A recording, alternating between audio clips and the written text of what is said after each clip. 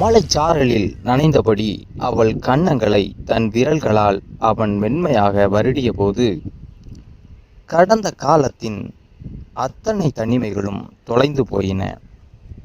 தன் கணவனை இளமையிலேயே இழந்து தனிமையின் பாரத்தை தன் இமைகளுக்குள் மறைத்து வாழ்ந்து வந்த அந்த பெண்ணின் வாழ்க்கையில் அவனது எதிர்பாராத வருகை ஒரு புதிய ஒளியை பாய்ச்சியது. சமூகத்தின் சுவர்களையும் வயது வரம்புகளையும் தாண்டி தன் ஆழமான காதலாலும் அரவணைப்பாலும் அவளது காயங்களை ஆற்றிய அந்த இளைஞனின் பயணம் இதோ. கேரளாவில் பெய்த மெல்லிய சாரல் காற்று அந்த வீட்டின் ஜன்னல் வழியே நுழைந்து குளிர்ச்சியாய் வீசியது. சென்னை வேலைப்பளுவின் பரபரப்பில் இருந்து விடுபட்டு நண்பனுடன் அவன் ஊருக்கு சென்ற அந்த பயணம் எனக்கு ஒரு புதிய அனுபவமாக இருந்தது. கல்யாண கொண்டாட்டங்கள் முடிந்து நண்பனின் இல்லத்திற்கு சென்றடைந்தோம். அங்கே அவனுக்கு துணையாக அவனது அம்மாவும் சிறியம்மாவும் அன்போடு வரவேற்றனர். மதிய உணவு முடிந்து களைப்பில் நண்பன் ஆழ்ந்த உறக்கத்தில் இருக்க நான் சமையலறை பக்கமாய் வந்தேன். அங்கே ஆண்டி ஏதோ ஒரு பழைய மரப்பெட்டியை அலமாரியின் உச்சியிலிருந்து எடுக்க முயன்று கொண்டிருந்தார். எட்டவில்லை என்பதை புரிந்து கொண்டு நான் புன்னகையுடன் அருகில் சென்றேன். நான் எடுத்து தர்றேன் ஆண்டி என்று கூறி நாற்காலியில் ஏறி அந்த பெட்டியை எடுக்க முயன்றபோது அலமாரியின் மேலிருந்த மெல்லிய தூசு படலம் சற்றே கீழிறங்கி அவர் மீதும் என் மீதும் தூவியது. அவர் சிரித்த முகத்தோடு, கண்ணில் தூசி விழுந்துடுச்சுப்பா, கொஞ்சம் ஊதி விடு என்றார். சற்றும் யோசிக்காமல் அவர் அருகில் குனிந்து மென்மையாய் அவர் கண்களில் ஊதி அந்த தூசியை அகற்றினேன். அப்போது எங்கள் இருவருக்கும் இடையிலான இடைவெளி மிக குறைவாக இருந்தது. அவர் முகத்தில் படிந்திருந்த தூசியை என் கைகளால் மென்மையாக தட்டிவிட்டபோது எதிர்பாராத விதமாக அவரது பார்வை என் மீதும் என் பார்வை அவர் மீதும் நிலைத்தது. ஒருவித இனிய படபடப்பு அங்கே மெல்ல படர்ந்தது.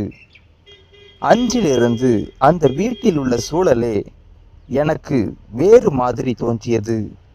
அவரை பார்க்கும் போதெல்லாம் ஒருவித ஈர்ப்பு என் மனதை ஈர்த்தது. ஒரு முறை வீட்டின் பின்புறம் உள்ள மாட்டு தொழுவத்திற்கு அவர் சென்றிருந்த போது எதிர்பாராத விதமாக அங்கே தேங்கியிருந்த சேற்றில் அவரது கால் ஆழமாக சிக்கி கொண்டது. பதறி போய் ஓடி சென்று அவர் காலை வெளியே எடுக்க உதவினேன். சேற்றில் மாட்டிக்கொண்ட அவர் காலை விடுவிக்க முயன்றபோது அந்த சூழல் எங்களை இன்னும் நெருக்கமாக்கியது.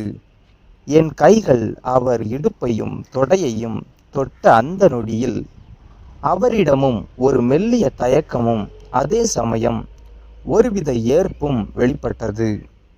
என்னை அறியாமல் என் இதய துடிப்பு அதிகரித்தது. அவரை பத்திரமாக சேற்றிலிருந்து மீட்டு வீட்டிற்குள் அழைத்து வந்தேன். அவர் தனது அறையில் கதவை சாத்தி கொண்டு ஆடை மாற்றியிருந்த அந்த தருணத்தில் நானும் மெல்ல அந்த அறைக்குள் நுழைந்தேன். அங்கே மெல்ல பேசியபடி அவருக்கு அருகில் சென்றேன். என் கண்களில் இருந்த ஏக்கம் அவளுக்கு புரிந்தது. மெல்லிய வெட்கத்துடன் அவள் என்னை தடுத்தாலும் அவளது உள்ளம் எதற்காகவோ ஏங்குவதை என்னால் உணர முடிந்தது. நான் மெல்ல அவளது கைகளை பற்றி, உங்களை எனக்கு ரொம்ப பிடிச்சிருக்க ஆண்டி என்று என் மனதின் ஆழத்தில் இருந்த காதலை வெளிப்படுத்தினேன். அவளது கண்களில் லேசான மிரட்சியும் அதை தாண்டிய ஒரு காதலின் அரவணைப்பும் தெரிந்தது. என் கைகள் அவளது தோள்களை தொட்டபோது அவளும் என்னை எதிர்க்கவில்லை. மெல்ல என் தோளில் சாய்ந்து கொண்டாள். அந்த அமைதியான மாலையில் இருவரும் ஒருவருக்கொருவர் பேசிக்கொண்ட வார்த்தைகள் அந்த காதலின் ஆழத்தை கூட்டின. அவளது கன்னங்களை தொட்டு அவளது உதடுகளில் ஒரு மென்மையான முத்தத்தை பதித்தேன். அந்த முதல் முத்தம் எங்கள் இருவருக்கும் இடையே இருந்த அனைத்து தகுதிகளையும் தயக்கங்களையும் அடித்து சென்றது. அவளும் என்னை இறுக கட்டி கொண்டு அந்த தருணத்தின் முழுமையான காதலில் தன்னை மறந்து கரைந்தாள். காலம் அப்படியே நின்றது போல் இருந்தது. அந்த சிறிய அறையில் எங்களை சுற்றியுள்ள உலகத்தை மறந்து காதலின் அரவணைப்பில் நாங்கள் இருவரும் ஒன்றிணைந்த அந்த தருணம் வாழ்நாளின் மிக அழகிய நினைவாக என் மனதில் பதிந்து போனது.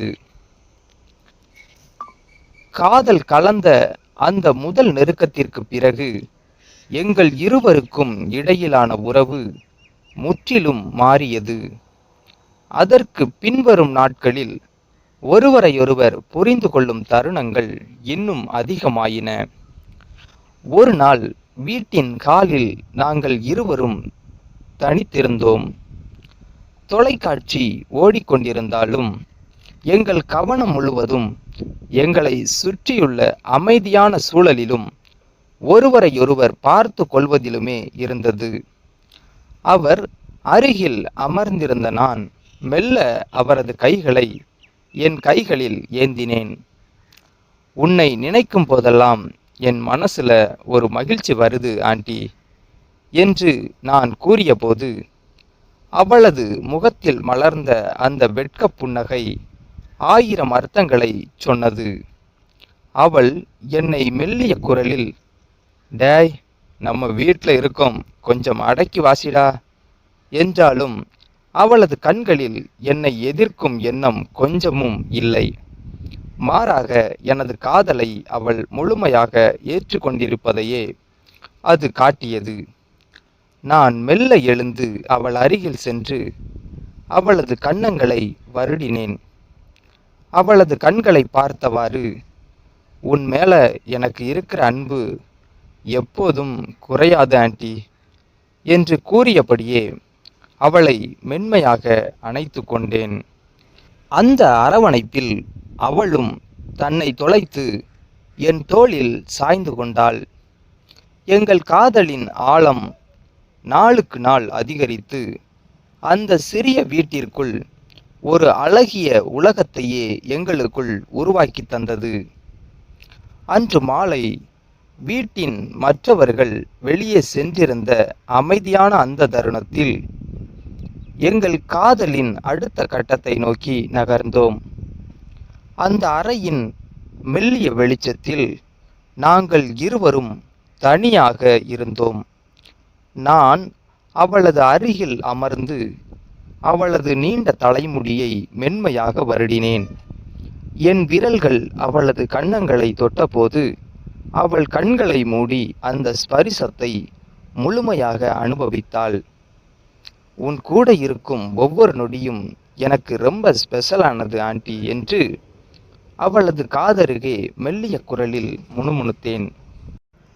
அவள் என் கைகளை பிடித்து தன் இதயத்திற்கு அருகில் வைத்துக்கொண்டு, நானும் உன்னை பார்த்த நாளிலிருந்து எதையோ இழந்துட்டு இப்பதான் திரும்ப பெற்றது மாதிரி உணர்றேன்டா என்றாள். அவளது குரலில் இருந்த அந்த ஆழமான காதலும் ஏக்கமும் என்னை மேலும் உருக வைத்தது. நாங்கள் இருவரும் ஒருவரையொருவர் மென்மையாக அணைத்து கொண்டு காலங்கள் அப்படியே நின்றுவிடக் கூடாதா என்று ஏங்கினோம். அந்த தருணத்தில் சொற்களுக்கு இடமில்லாமல் எங்கள் இதயங்களின் துடிப்பே மொழியாய் மாறியது. ஒருவருடைய மூச்சு காற்று மற்றவரை தழுவ அந்த தனிமை எங்கள் காதலின் ஆழத்தை இன்னும் பன்மடங்கு அதிகப்படுத்தியது. வயதுகளை கடந்து வரம்புகளை உடைத்து இரு இதயங்களை இணைக்கும் உண்மையான காதலுக்கு தனித்த தகுதிகள் தேவையில்லை.